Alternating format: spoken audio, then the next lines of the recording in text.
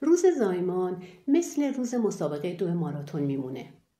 کسی که میخواد تو این مسابقه شرکت کنه مسلما نمیذاره چند روز مونده به مسابقه یا همون روز مسابقه تازه بیاد تمریناتش رو شروع کنه، بلکه از ماه‌ها قبل و حتی سالها قبل به صورت صحیح و علمی و به تدریج بدن خودش رو برای این مسابقه آماده میکنه.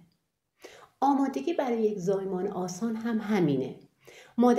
مادری که پیاده روی نداره، ورزش نداره، تحرک نداره، چطوری انتظار داره که با انجام چند تا حرکت نزدیک زایمان یا تو همون روز زایمان بتونه یک زایمان آسان خوبی داشته باشه؟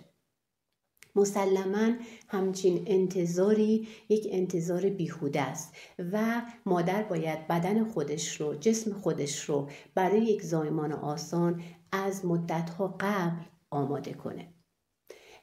نکته مهم رو تو کپشن براتون می نویسم.